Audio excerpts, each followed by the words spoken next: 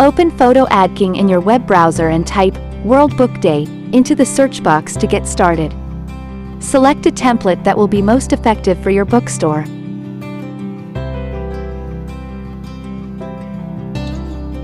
After that, while modifying the background element, change the template's text with the name of your bookstore.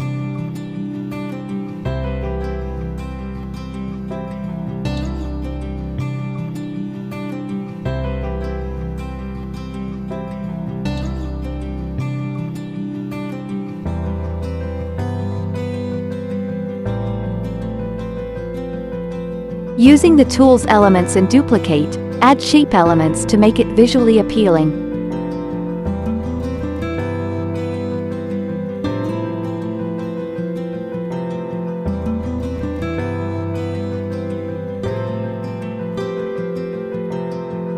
Then, include any discounts or deals you plan to give on the occasion of World Book Day.